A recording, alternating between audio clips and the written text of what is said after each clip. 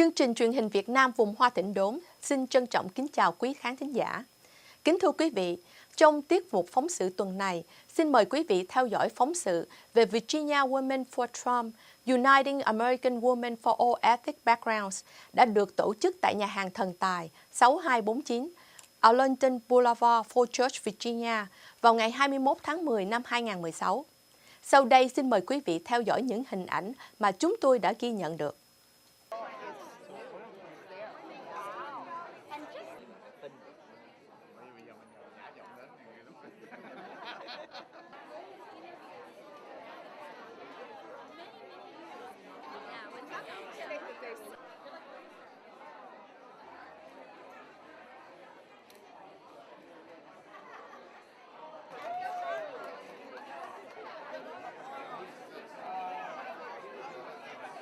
To the flag of the United States of America, and to the republic for which it stands, one nation, under God, indivisible, with liberty and justice for all. Dear Lord, Heavenly Father, we love you so much, and we are so honored and grateful to be here in this beautiful place, this Fortune restaurant, Lord, but more importantly, to be in this beautiful land of America. This land that was founded, Lord, on good intentions, and on good faith, and on you. Whose broad stripes and bright stars through the perilous fight, o'er the ramparts we watched, were so gallantly streaming, and the rockets' red glare, the bombs bursting in air, gave proof through the night. As we raise our voices in a solemn prayer.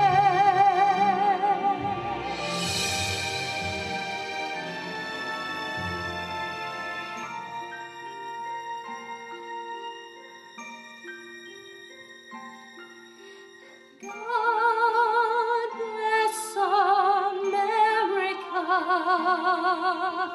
land that I love. Stand beside her and guide her through the night with a light from above. One of the most beautiful, patriotic women I have ever had the pleasure of meeting, Alice Butler Short. So you can't keep strong women down. You can't keep Trump women down. And oh my gosh, this is just a wonderful occasion here tonight, and the energy is so great. And I want you to take that energy out with you, because when they say, they've given up in Virginia, no, we have not given up.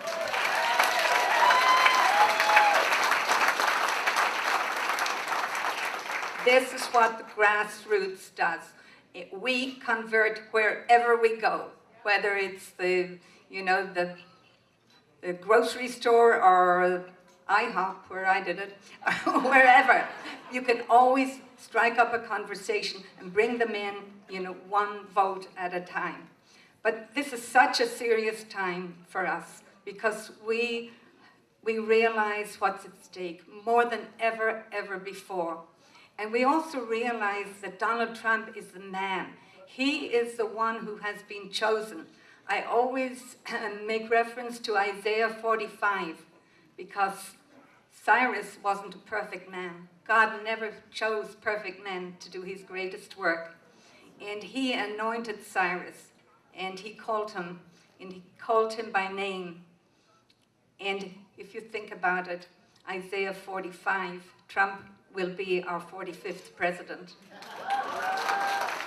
Is the first Republican in maybe a generation who's gone into the inner cities. And he's gone to black audiences, and he's gone to Hispanic audiences, and he said, I am going to bring jobs back to these cities. I am going to give you better schools. Every single child in this country who is condemned to go to these government schools in the inner cities that nobody, no liberal would ever send their kids to. We're going to give every one of those kids, whether they're black, white, Hispanic, Asian, every one of them is going to get a school voucher to go to any school of their choice.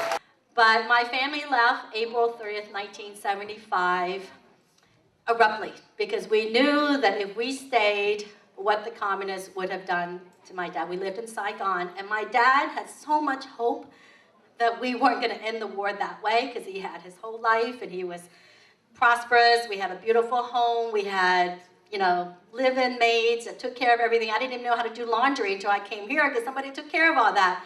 So there were 6 of us, and we bundled up. And by the time we left, if you look at your history, April 30th, 1975 would mark the day of the downfall of Vietnam. And there's many of my compatriots that are sitting out there. There's about 60 of us. We're very gung-ho being here to support this event because we all Americans, right? Are you nuts? You can't just write a book about national security. Do you want to sell some books? You need to connect with your audience, right? You have to have that connection. And how do you do that? You tell a story. We all love stories. So before I dived in to talk about the evolution of jihad, what is Al-Qaeda, where did ISIS come from, I devoted the first chapter, and it's the only chapter anybody ever talks about when they meet me. I devoted it to a completely other topic. And that topic was my family and my parents. So my parents were born behind the Iron Curtain. They were born in Hungary, and they were raised and grew up in that communist dictatorship. My father, as a teenager, decided to resist dictatorship. He wanted to push back, and he became an underground activist against the communists. Unfortunately, he and his fellow patriots who were fighting for freedom and independence were betrayed by Kim Philby, who you may have heard of, one of the most heinous traitors of the Cold War, he and his so-called Cambridge apostles. As a result, at the age of 20, my father was given a life sentence in a communist prison. He spent 2 years in solitary, not 2 months, 2 years without human contact, and then 2 years down a prison coal mine.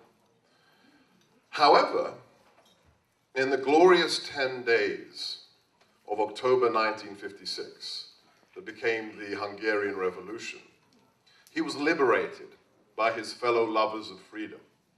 He was rescued from that prison, and with the daughter, the 17-year-old daughter of one of his fellow prison mates, they made it out across the minefields, across the barbed wire, to freedom.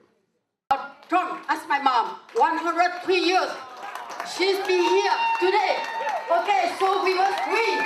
We must win. Right here. Trump, and she will vote for Trump. Does this sound like a force of good to you?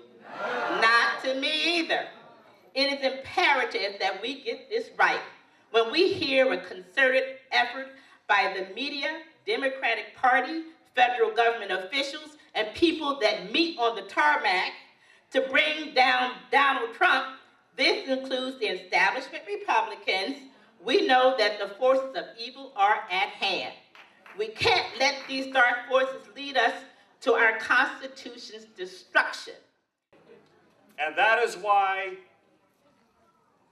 as just announced, Mr. Trump is putting another $2 million into the Commonwealth of Virginia for an ad campaign.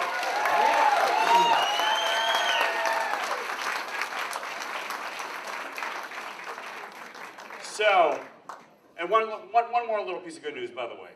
That debate, he absolutely scorched her. It was perfect. And do you know that one thing that was kind of interesting about that debate, because they were checking who's searching whom. during that debate. 2/3 of Americans were Googling Donald Trump, not Hillary Clinton, during that debate. 2/3 of them. You know what that means? You know what that means? You know why that's so important? Because there are a lot of Americans who are still undecided. And among independent voters, Trump is leading Hillary Clinton by 20 points.